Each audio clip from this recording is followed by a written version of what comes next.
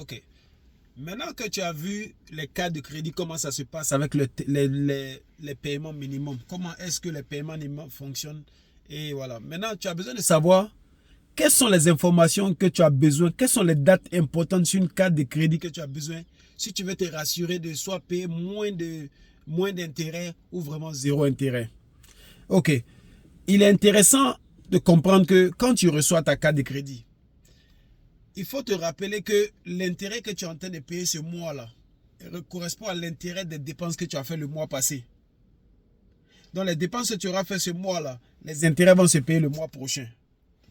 C'est un truc important à savoir. Les deux dates importantes à savoir, la première date, c'est la date limite de paiement de ta carte. C'est-à-dire que cette date-là, c'est le contrat entre toi et la carte de crédit pour dire tu dois payer ce que tu me dois là, ou le minimum que tu dois payer ça avant telle date. Si tu dépasses cette date, ça veut dire que tu es en retard de paiement, il y aura des pénalités qui vont s'appliquer à toi. L'autre date qui est très très importante, c'est la date du relevé. Parce que chaque mois, la compagnie de cartes de crédit a une date où elle arrête, ok, les dépenses pour savoir ce que tu as dépensé, tout ce que tu as dépensé avant cette date-là. C'est à partir de là-bas, les gars calculent pour te dire, bon, jusqu'à telle date, tu as dépensé tel montant. Donc, parce que tu as dépensé tel montant, c'est ici notre date d'arrêt pour que le prochain mois encore commence après cette date-là. Donc, tout ce que tu as dépensé jusqu'à cette date, ils vont calculer les intérêts là-dessus qui vont t'amener en facture pour ta facture prochaine. Donc, comment est-ce que toi, tu fais si tu ne veux pas payer d'intérêt ou si tu veux payer moins d'intérêt? Si cette date-là, c'est toujours écrit sur ton relevé. On appelle ça, chez les pays anglophones, on te dit statement closing date.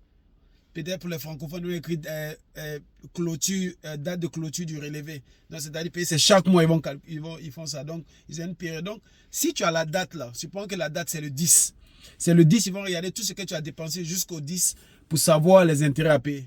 Donc, toi, tu veux t'arranger peut-être 2 ou 3 jours avant le 10 là. Ok, soit de payer ce que tu as déjà dépensé sur la carte, puisque tu as le montant déjà. Tu veux payer ça avant cette date-là. Pour que quand cette date arrive, ils vont regarder, bon, il nous doit combien sur cette carte-là. Supposons que tu avais déjà dépensé 1000 et qu'avant cette date, tu as remis 1000 en place. À cette date, qu'ils vont regarder, ils vont voir que tu leur dois 0. Donc, le mois prochain, tu as 0 intérêt à payer. Donc, tu te dis, tu finis, que tu auras ta prochaine facture, tu vas te dire, tu as 0 à payer. Maintenant, si avant cette date-là, tu avais dépensé 1000, ok, et que tu as payé 500, à cette date-là, ils vont dire que c'est 500, tu leur dois. Donc, l'intérêt va être calculé sur 500. Je ne sais pas si on se comprend. Donc, c'est deux dates importantes qu'il faut savoir. La date de paiement minimum et la date et la date du relevé. Ce sont les deux dates. Et tu veux t'arranger toujours à payer, si tu ne veux pas avoir d'intérêt, à payer tout ce que tu leur dois avant la date du relevé.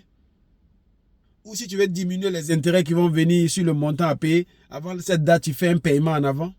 Ok?